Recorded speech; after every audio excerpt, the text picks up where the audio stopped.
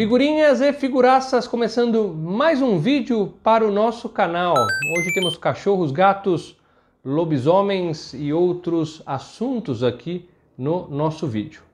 Antes de chegar nos dois assuntos que eu queria comentar aqui, no último vídeo muitas pessoas participaram, comentaram, agradeço muito a participação e até comentei que concordar e discordar é normal e não tem problema algum. E eu queria aproveitar, ler um comentário de vários que foram recebidos, uma pessoa que discordou, que é, de novo, quando alguém discorda, expressando a sua opinião de forma educada, ou mesmo que seja ríspido, mas sem perder a estribeira, é legal porque faz a gente pensar e refletir. Então, vou ler um comentário aqui, que é um comentário de alguém que chama Cletinhos. Cletinhos escreveu, lembrando que eu comentei muito sobre chamar as figuras de boneco, bonequinho, bonecão e por aí vai. Não tem como comparar bonecos com os da Prime One ou XM. São realidades completamente diferentes. Botar no mesmo saco esses Iron Studios e seus pseudos colecionadores que compram art scale e depois querem vender por 3 vezes mais não tem cabimento. Agora, meus Premium Format, onde a maioria hoje é Grail, a valorização é certa.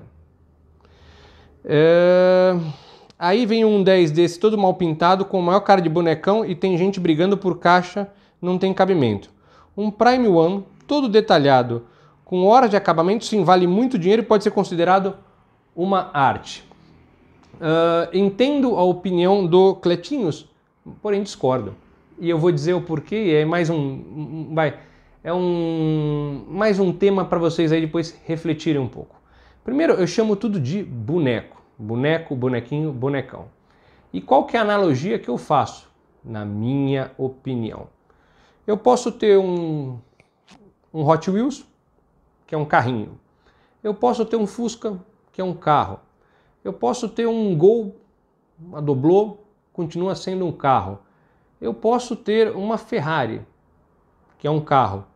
E, sei lá, posso ter qualquer outra coisa com 4 rodas que ainda pode ser considerada carro. Carro, carrinho, carrão.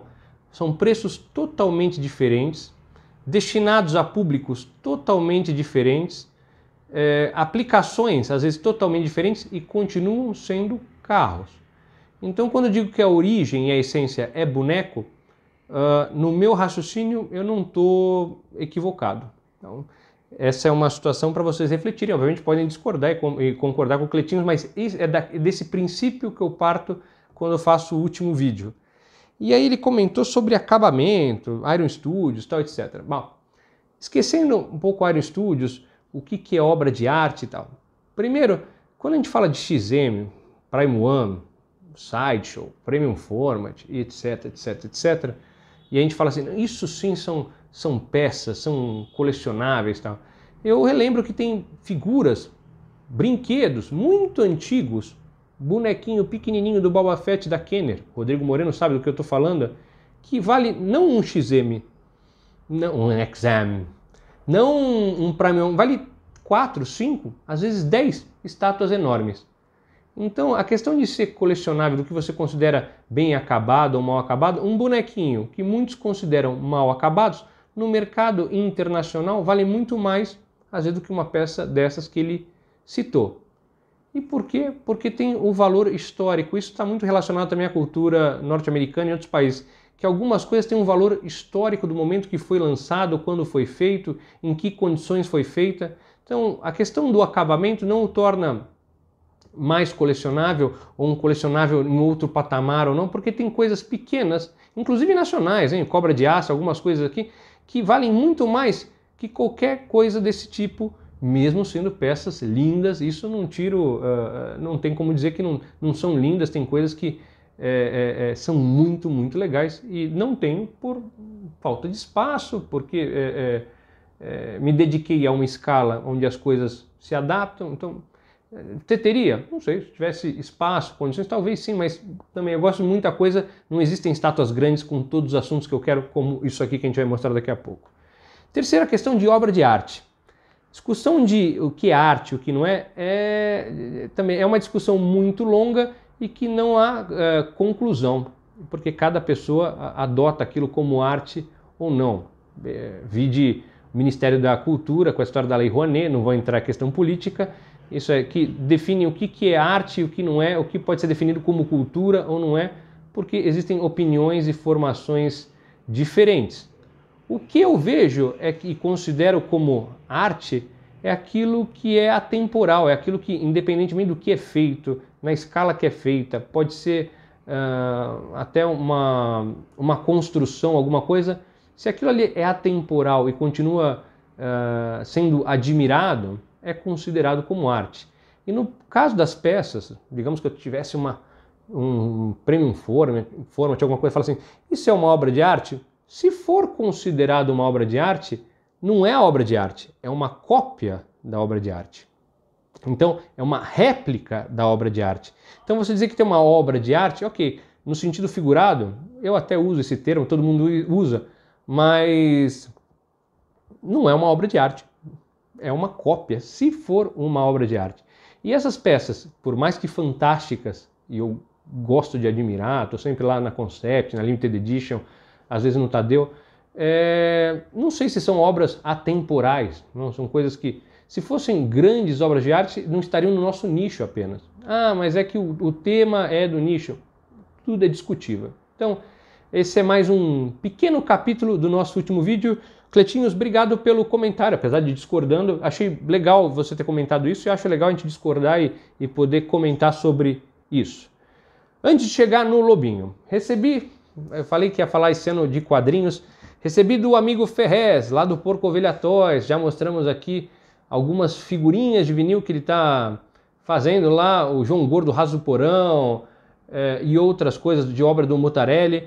Ele me mandou, lá da editora Comic Zone, um quadrinho que eu não tinha lido e que chama Corso. Faço questão de comentar porque isso aqui é algo que se eu não tivesse ganhado de presente, provavelmente eu não saberia que existia.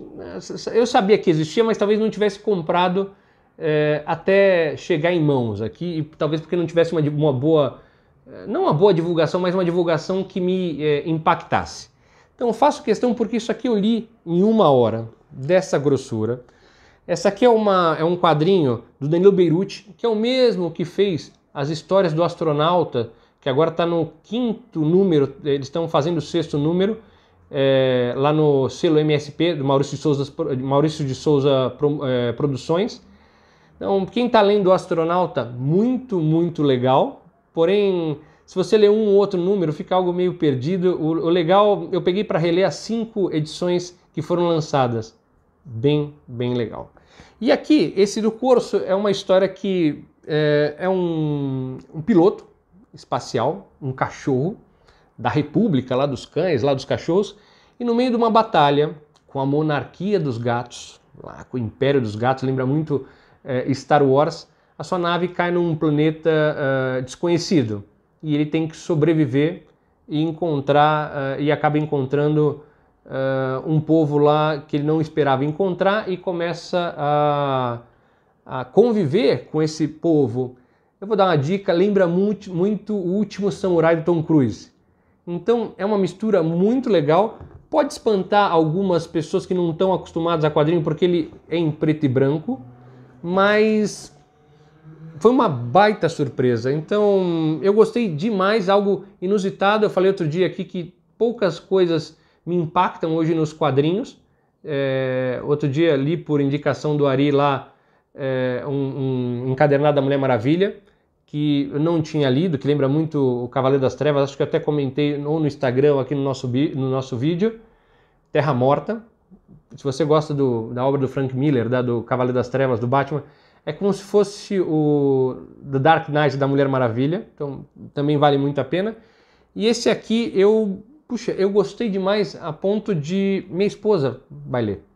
Porque tem aquela história que eu gosto de animais, cães e gatos, tem uma questão de meio fábula, mas é algo que mistura a questão espacial, guerras, os animais e também, de novo, um filme que eu gosto muito, que é O Último Samurai lá com o Tom Cruise. Então, vocês que se interessarem, dêem uma olhada lá no Instagram da Comics Zone. E não sei, a verdade eu não sei quanto custa isso aqui, mas incrível. Ferrez, muitíssimo obrigado, baita presente, não pelo encadernado em si, mas pelo conteúdo. Danilo Beruti também, parabéns, muito, muito legal, tanto a arte quanto o roteiro. E aqui tem até aqui o Sidney Guzman fala, o Sidney Guzman, quem não conhece, lá ele que está em cabeça, lá o Maurício de Souza Produções. Danilo Beruti é um inquieto por natureza, nunca se acomoda, tem uma necessidade constante de desafiar a si mesmo. Corso é a prova mais recente disso. E aqui tem o resumo aqui. Corso é um talentoso, mas indisciplinado piloto da República dos Cães. Lembra Hal Jordan dos Lanternas Verdes? E após um encontro inesperado com as forças da monarquia dos gatos, lembra Star Wars, naufraga em um planeta desconhecido e nada hospitaleiro. Na tentativa de sobreviver e retomar sua missão, hoje está difícil, hein? Nosso protagonista encontra os habitantes desse novo mundo e descobre algo que nunca julgou possível. Então, inclusive tem viagem no tempo também. Muito, muito, muito legal, tá? E vamos aí ao motivo principal do nosso vídeo.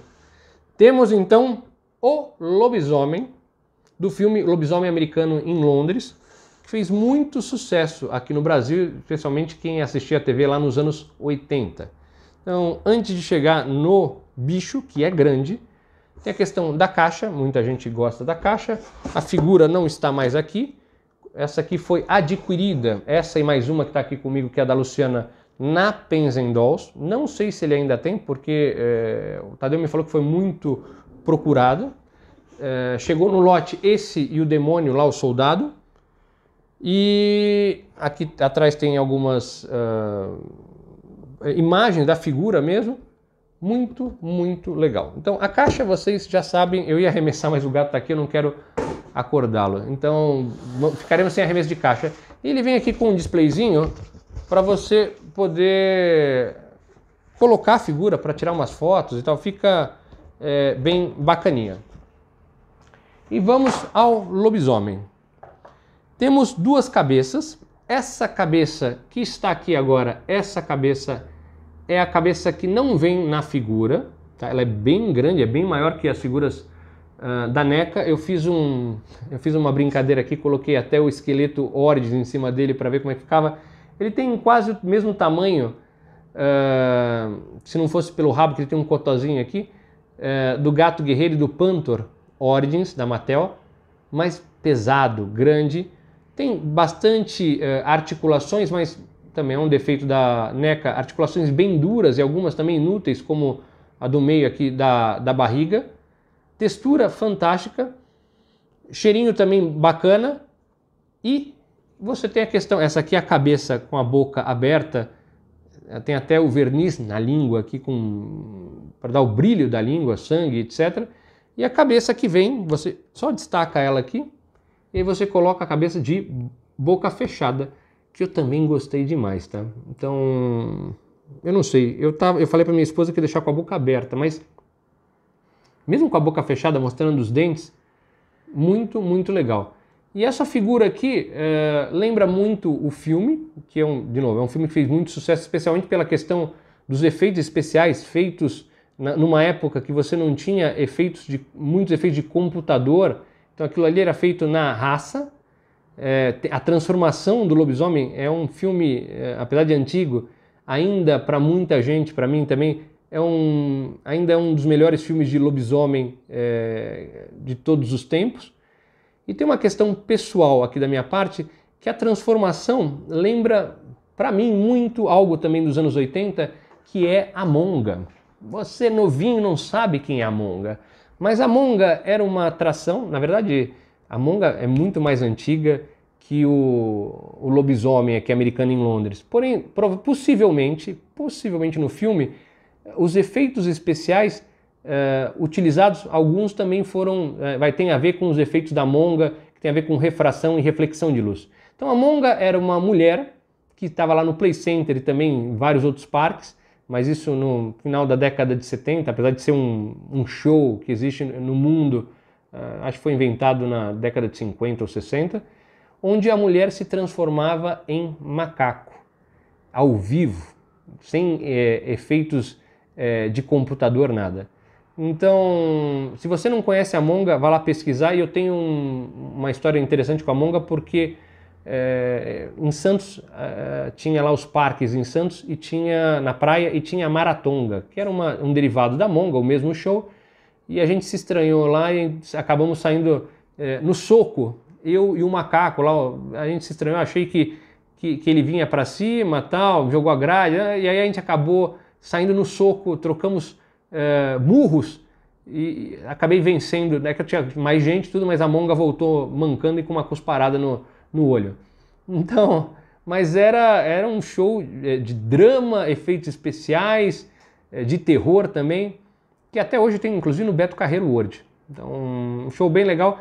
E esse efeito onde você tem uma questão de um vidro a 45 graus, onde dependendo da luz você reflete o macaco a pessoa que está vestida de macaco na frente, ou você refrata e você consegue ver a moça atrás, é um efeito que ainda era usado no cinema e provavelmente foi usado nessa transformação, que é muito, muito legal. Se você não vai assistir filme, no mínimo a transformação, assistam lá, é muito, muito legal. E a figura, novamente, bem, bem bacana, grande. Agora eu quero ver como é que vai caber isso lá na arquibancada. Mas Tadeu Penzendols, muitíssimo obrigado aí pela figura, gostei demais, valeu muito a pena. E eu espero que vocês tenham gostado desse vídeo. Comentem se vocês se interessaram pelo quadrinho, se vocês gostaram do lobisomem americano, inicialmente em Londres e agora aqui na minha prateleira, e também sobre o tema inicial aí, que é derivado do último vídeo. A gente se encontra muito em breve numa próxima edição aí. Até mais, tchau, tchau.